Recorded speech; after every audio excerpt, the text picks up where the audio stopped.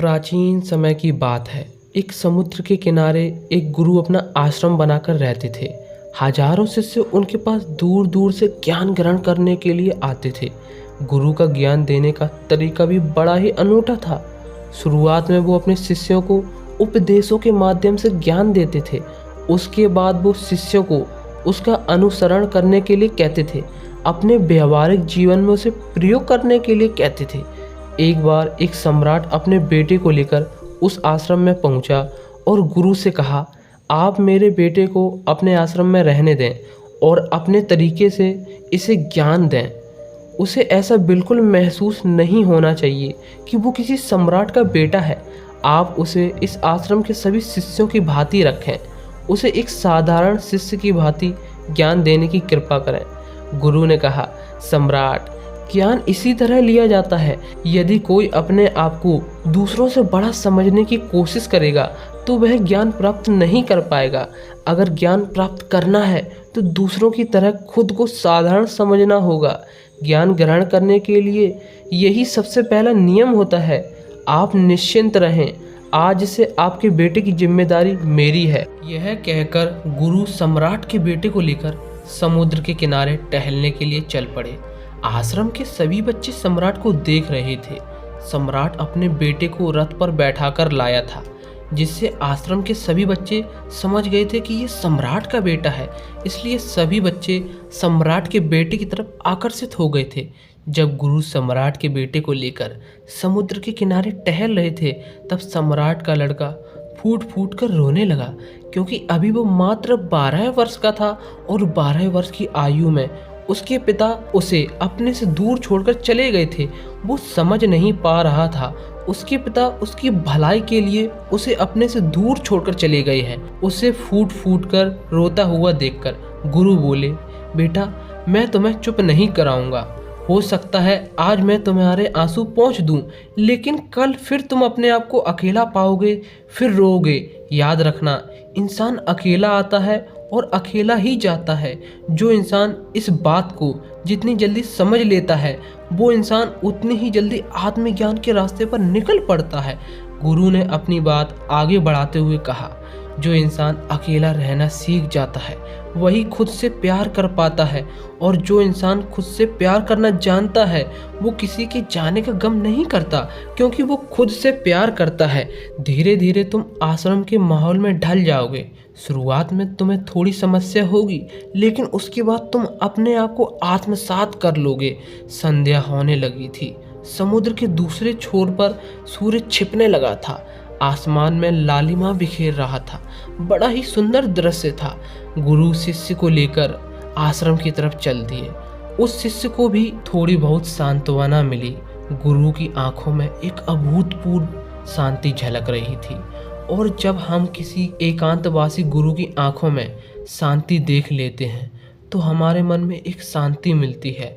रात्रि को जब शिष्य भोजन करने के लिए भोजन कक्ष में पहुंचा तो सभी शिष्य उसके पास आने लगे, क्योंकि उन्हें मालूम था कि ये सम्राट का बेटा है और अगर इससे मित्रता कर ली जाए तो इससे हमारा फ़ायदा ही फ़ायदा होगा। बस कुछ बच्चे जो अकेले रहने का मतलब समझते थे, उन्हें किसी दिखावे से मतलब नहीं था। वो अपना भोजन कर रहे थे, उन्हें इस सब से कोई मतलब नहीं था। कुछ दिनों बाद सम्राट के बेटे की आश्रम के सभी शिष्यों के साथ मित्रता हो गई। वो उन्हीं के साथ खेलता, उन्हीं के साथ भोजन करता, अपना ज़्यादातर समय उन्हीं शिष्यों के साथ व्यतीत करता था। आखिरकार सम्राट का बेटा था, वो सुख सुविधाओं में पला बड़ा था। आसपास बहुत से दास दासियां होते थे और अपने मित्रों से घिरे होना, वही दिनचर्या उसने इस आश्रम में बना ली थी। ऐसा नहीं था कि गुरुजी को कुछ पता नहीं था, पर गुरुजी उसे अलग तरीके से समझाना चाहते थे। बच्चों को आप ज्ञान देकर, उपदेश देकर नहीं समझा सकते। आपको उन्हें साक्षात्कार कराना पड़ता है और तब उन्हें आपकी बात समझ आती है जो आप उन्हें समझाना चाहते हैं। गुरु को पता था, अगर मैं इसे बोलकर समझाऊंगा तो ये कभी नहीं समझेगा। मुझे इसे साक्षात्कार कराना पड़ेगा, एहसास कराना पड़ेगा कि अकेले रहने से क्या होता है। अकेले रहने से ही तुम अपनी शक्तियों को पहचान सकते हो। ये सीख देने के लिए गुरु उसे एक दिन पहाड़ी पर ले गए और शिष्य से कहा, अब तुम्हारा ज्ञान पूरा हो गया है। अब एक आखिरी रात तुम्हें यहाँ काटनी होगी। उसके बाद मैं तुम्हें कल शाम को तुम्हारे पिता के पास पहुँचा दूंगा। यह सुनने के बाद सम्राट का लड़का बहुत खुश हो गया कि अब मैं वापस अपने राजमहल चला जाऊंगा। यह सोचने के बाद शिष्य ने गुरु से कहा, गुरुदेव, आज रात आप मुझे यहाँ क्यों छोड़ रहे हैं? अब ऐसा कौन सा ज्ञान बचा है जो मुझे इस पहाड़ी पर मिलेगा? गुरु ने कहा, तुम्हें यहाँ एक चट्टान के पीछे छिपकर बैठना है। इस पहाड़ी पर हर रात्रि को एक बाज आता है। तुम्हें छिपकर उस बाज को देखना है। तुम्हें उसकी हर गतिविधि पर नज़र रखनी है और अगले दिन तुम्हें मुझे उस बाज की खूबियाँ बतानी हैं। अगर तुम मुझे बाज की खूबियाँ बता पाए तो तुम अपने महल जा सकते हो। और हाँ, तुम्हें एक काम और करना है। एक चरवाहा हर सुबह अपनी भेड़ों को चराने यहाँ आता है। तुम्हें उन भेड़ों की गतिविधियाँ भी देखनी है। याद रखना, बाज की गतिविधियाँ रात को और भेड़ों की गतिविधियाँ सुबह देखनी है। यदि तुम मुझे ये बता पाए तो तुम हमेशा के लिए इस आश्रम से आज़ाद हो सकते हो। तुम्हारा ज्ञान पूरा हो जाएगा। मैं तुम्हारे पिता से कह दूंगा कि ये बच्चा हमारे आश्रम का सबसे ज्ञानी बच्चा है। ये कहकर गुरु अपने आश्रम से चले जाते हैं और वो शिष्य वहीं चट्टान के पीछे खड़े होकर इंतजार करने लगता है उस बाज का। काफ़ी समय बाद वहाँ एक बाज अपने बच्चों के साथ पहुँचता है। उसने उस बाज को बड़े ध्यान से देखा, उसकी हर गतिविधि पर नज़र रखी और सुबह होने के बाद वो चरवाहा अपनी भेड़ों को लेकर आता है। तब तक वह क्या देखता है कि वही बाज उड़कर आता है और भेड़ के एक बच्चे को अपने पंजों में दबाकर ले जाता है।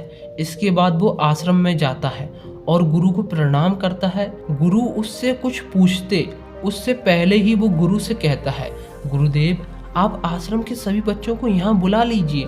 मैं सभी के सामने बताऊंगा कि मैंने क्या देखा। गुरुदेव ने आश्रम के सभी बच्चों को वहाँ बुला लिया। उसके बाद सम्राट के बेटे ने कहना शुरू किया, मैंने अपने जीवन में बहुत से पक्षियों को देखा है, लेकिन बाज उन सबसे अलग होता है। उदाहरण के लिए एक तोता जो बहुत बोलता है लेकिन वह ज़्यादा ऊंचा नहीं उड़ पाता है, और वहीं बाज जो शांत होता है वो बहुत ऊंचा उड़ता है, गगन को भी छू लेता है क्योंकि उसके अंदर आकाश को छू लेने का सामर्थ्य होता है। और जब बाज अपने शिकार को निश्चित कर लेता है तो अपने शिकार पर नजरें गड़ाए रहता है। वो आकाश से ही अपने शिकार पर तीव्र नजर रखता है। फिर उसके सामने तूफान आए या फिर कुछ भी हो, वो अपने लक्ष्य को हासिल कर लेता है। आज मैंने जिस बाज को देखा उसने हर भेड़ को अपना शिकार नहीं बनाया, बल्कि भेड़ों के उस झुंड में से भेड़ के एक बच्चे को अपना शिकार बनाया। उस बाज की तरह हमें अपने लक्ष्य पर ध्यान केंद्रित करना चाहिए। चाहे कितने भी अड़चने आए, चाहे कुछ भी हो जाए, लेकिन हमें अपना लक्ष्य स्पष्ट करना चाहिए। 10-12 अलग अलग लक्ष्यों में अपनी ऊर्जा बर्बाद नहीं करनी चाहिए। हमें किसी एक लक्ष्य पर पूरी एकाग्रता के साथ ध्यान देना चाहिए। तीसरी बात जो मैंने उस बाज से सीखी, बाज कभी भी किसी के साथ नहीं उड़ता, वो अकेला उड़ता है। इसलिए हमें अकेले रहना चाहिए, क्योंकि जब हम अकेले रहते हैं तब हम एकांत में अपनी ताकत और अपनी कमजोरी दोनों को जान पाते हैं। तब हम अपनी कमजोरी को दूर कर पाएंगे और अपनी ताकत का सही इस्तेमाल कर पाएंगे। चौथी बात है, बाज हमेशा सीमाओं को तोड़कर उड़ता है। जब तूफान आता है तो सभी पक्षी अपने घोंसले की तरफ भागते हैं, सर छुपाने की जगह ढूंढते हैं, लेकिन बाज ऐसा कुछ भी नहीं करता। वो तूफान से भी भिड़ जाता है, हवाएं उसे थपेड़े मारती हैं, पंख उसके भारी होने लगते हैं, पानी और धूल की वजह से उसे कुछ दिखाई नहीं देता है, लेकिन फिर भी वो उड़ता रहता है और अंततः आसमान को छू लेता है। वो अपनी सीमाओं को इसलिए तोड़ पाता है क्योंकि मुसीबत आने पर वो घबराता नहीं है, डरता नहीं है, बल्कि उसका डटकर सामना करता है। बहादुर तो वो होते हैं जो तूफानों से भिड़ जाते हैं, कायर तो वो होते हैं जो अपने घर में बैठ जाते हैं। पांचवी बात जो मैंने उस बाज से सीखी, बाज कभी भी अपने घोंसले में घास के नरम तिनके नहीं रखता। जो तिनके नरम होते हैं उन्हें अपने घोंसले से निकाल देता है। उसी तरह हमें अपने जीवन में चाहे कितना ही सुख क्यों ना मिले, फिर भी कठोरता का अनुभव करना चाहिए। जंगल के राजा शेर को भी झुंड के साथ शिकार करते हुए देखा जा सकता है, लेकिन बाज बाज कभी भी झुंड के साथ शिकार नहीं करता, वो शिकार करता है अकेला, क्योंकि बाज को पता है कि भीड़ हौसला तो देती है लेकिन साहस छीन लेती है। आदमी को भी अकेले ही आगे बढ़ना पड़ता है, तभी वो जल थल और नभ में परचम लहरा पाता है। बाज की उम्र 70 साल की होती है, लेकिन 40 साल में ही बूढ़ा होने लगता है। नाखून पैर में धंसने लगते हैं, पंख उसके शरीर से चिपकने लगते हैं, चोंच मुड़ जाती है, शरीर भारी हो जाता है। ऐसी स्थिति में शिकार करना तो छोड़ो, थोड़ी दूर उड़ने की भी उसकी हिम्मत नहीं रह जाती।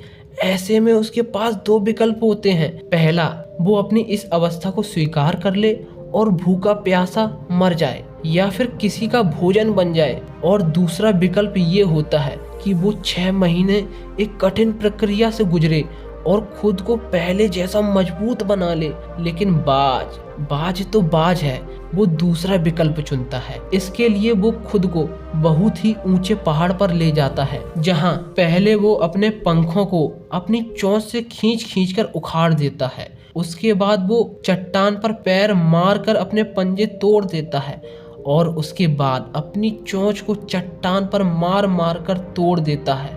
और इस घायल अवस्था में अपने आप को वो दूसरे जानवरों से छिपाता फिरता है और 6 महीने तक एक कठिन प्रक्रिया से गुजरता है और इंतजार करता है नई चोंच, नई पंख और नए पंजों का। और 6 महीने बाद उसकी नई चोंच, नए पंख और नए पंजे निकल आते हैं। फिर से वो अपनी जिंदगी शुरू करता है और अगले 30 सालों तक राज करता है। इसके बाद सम्राट के बेटे ने भेड़ों के बारे में बताते हुए कहा, भेड़ हमेशा झुंड में चलती हैं, क्योंकि झुंड में चलने से उन्हें हौसला मिलता है, लेकिन जैसे ही उन पर शिकार होता है वो बिखर जाती हैं। इससे हमें यह सीख मिलती है कि हमारे साथ चाहे कितने भी लोग क्यों ना खड़े हों, हमें किसी पर भरोसा नहीं करना चाहिए, क्योंकि मुसीबत आने पर वो भीड़ कहाँ चली जाएगी आपको पता ही नहीं चलेगा। इसके बाद सम्राट के बेटे ने कहा, गुरुदेव, क्या मैंने आपको बाज और भेड़ों के बारे में सब कुछ सही बताया है? इसके बाद गुरु ने सभी शिष्यों से कहा, इस शिष्य ने जो भी बताया है वो एकदम सही बताया है, और ये सारी खूबियाँ आप लोगों में तब उत्पन्न होगी जब आप अकेले रहने का अभ्यास करेंगे। इस शिष्य ने सब सही बताया है, इसलिए अब मैं इसे इसके महल वापस छोड़ने जा रहा हूँ। इसके बाद गुरु उसे उसके महल छोड़ आते हैं। आज की ये कहानी यहीं समाप्त होती है। आपको यह कहानी कैसी लगी कमेंट करके हमें ज़रूर बताएं। अगर आपको यह कहानी पसंद आई है तो वीडियो को लाइक करें और ज़्यादा से ज़्यादा अपने दोस्तों में शेयर करें। अगर आपको भी गौतम बुद्ध की कहानियाँ, उनका ज्ञान, उनके उपदेश पसंद है तो चैनल को सब्सक्राइब करके बेल आइकन को ऑल पर सिलेक्ट करें। धन्यवाद।